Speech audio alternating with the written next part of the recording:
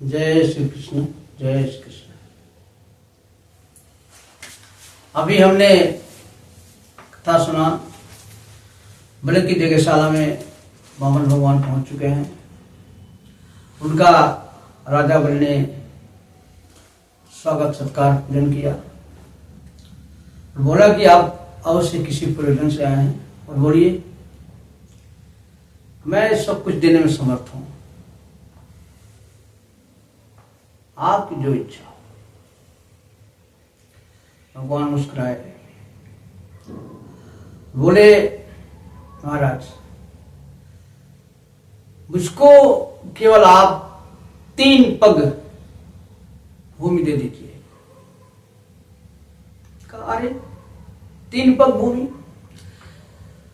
आपने अपनी वाणी से हमको प्रसन्न कर दिया और मेरे यहां आ जाने पर मैं आपको इतना दे सकता हूं कि आपको फिर दूसरे के दरवाजे पर जो जाने की जरूरत नहीं है, कहीं अन्य जगह कुछ मांगने की जरूरत नहीं है। ये क्या कहते हैं 3 पग?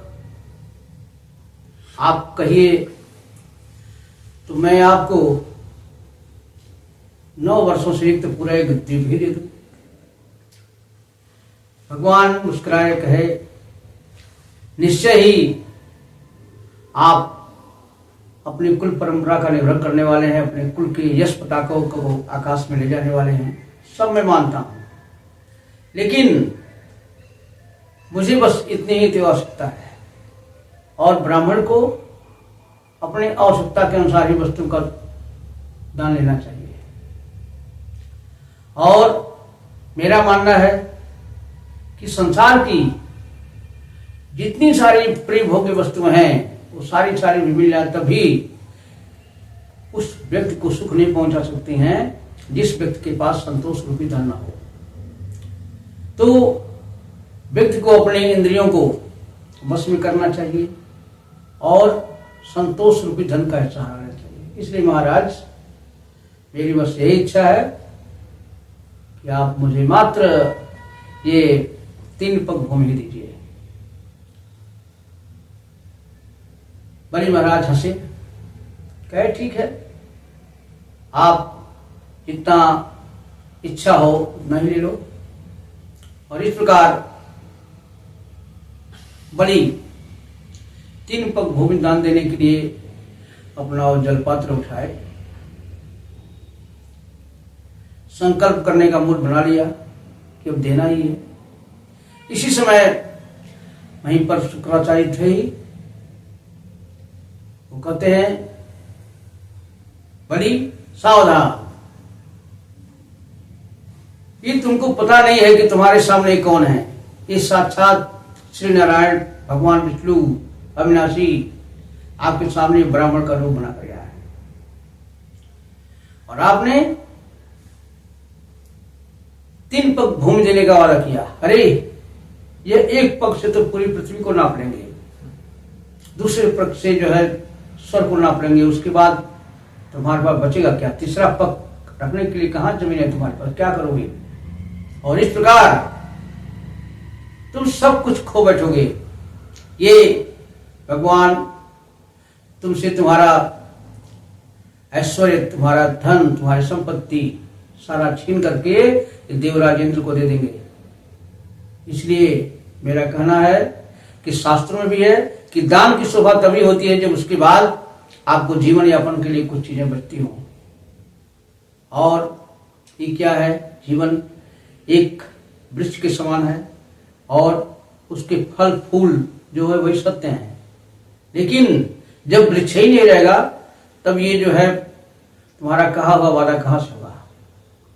इसलिए मेरी बात मान लो और ये जो किया तुमने, ये प्रतिज्ञा अपने वापस कर लो। कुछ देर तक राजा बलि शांत रहे। उसके बाद बोले, भगवान अब तो मैं देने का संकल्प कर चुका हूं और कम से कम हमको इस बात का गर्व है कि मैं महान भक्त प्रहलाद जी का पोता हूं और ऐसे व्यक्ति जो युद्ध में पीठ दिखा करके युद्ध भूमि में शहीद होते हैं बहुत है, लेकिन ये जो कार्य हो रहा है ऐसे बहुत दुर्लभ लोग हैं।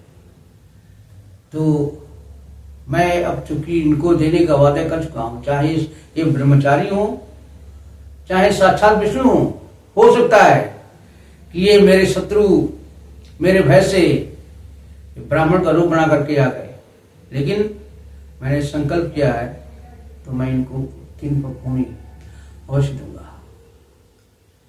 इधर शुक्राचार्य जी को ये पता चला, लग रहा है ये हठी हो गया है, मेरी बात मानेगा नहीं, तो उनको क्रोध आ गया। हालांकि ये क्रोध करने के लायक नहीं थे। कहा अगर ये भगवान साक्षात विष्णु हैं तो चाहते तो युद्ध में जो है हमको मार करके भी सारी पृथ्वी ले सकते थे। अगर मेरे अपराध न करने पर भी ये हमको बांध लेते हैं तब भी हमको कुछ गिला नहीं है। तब शुक्राचार्य बहुत ही क्रोधित हो गए, कहे जाओ हे मूर्ख, तुम अब से लक्ष्मी विहीन हो जाओगे। इस प्रकार का श्राप दे दिया। तो भी उनके श्राप को अंगीकार किया और उनके सामने नतमस्तक हो गया, जो हरि इच्छा। इसके बाद राजा बल की पत्नी जो थी आई, सोने के कलश में जल लाई, तो पुनः जो है बल ने जो है भगवान के चरणों को पखारा, उन धुवन को अपने माथे लगाया और 3 पग भूमि देने का संकल्प किया। बल के इस महान कार्य से स्वर्गलोक तक में जो है हो गया, कहीं अरे बलि कितना महान काम करने जा रहा है। और पूरी आकाश से तमाम फूलों की बरसात बल के ऊपर होने लगी। अच्छे मंदर नाग सभी लोग ढोल धुंधनी बजाने लगे, गीत गाने लगे बलि का यह महान कार्य देख करके। इसी समय अब वो अलौकिक घटना घटी। वामन भगवान का वो छोटा सा शरीर अब धीरे धीरे बहुत विशाल हुआ। ये खूब इतना विशाल हुआ कि विश्व रूप हो गए। वह उनके शरीर में सारे त्रिलोकी, सारे ब्रह्मांड सब कुछ समा गया। अब भगवान ने बढ़ाया और एक कदम से पूरी पृथ्वी को नाप लिया। दूसरा कदम बढ़ाते ही सारा स्वर्गलोक। अब तीसरा कदम बढ़ाया, अब तो बलि का तो सब कुछ खत्म हो चुका था। क्या हो, अब वो कदम आगे बढ़ता ही जा रहा है, बढ़ता ही जा रहा है। उनके शरीर से पूरा आकाश व्याप्त हो गया, उनकी भुजाओं से दिशाएं व्याप्त हो गई। सारा ब्रह्मांड जो कुछ ये त्रिगुणात्मक दिखाई पड़ता है सब उन्हीं के शरीर में था। ये सब प्रत्यक्ष तस्वीर देखा और इस प्रकार ये विराट स्वरूप देख करके दैत्य लोग जो है घबरा गए, डर गए, भयभीत हो गए। अब वो तीसरा पग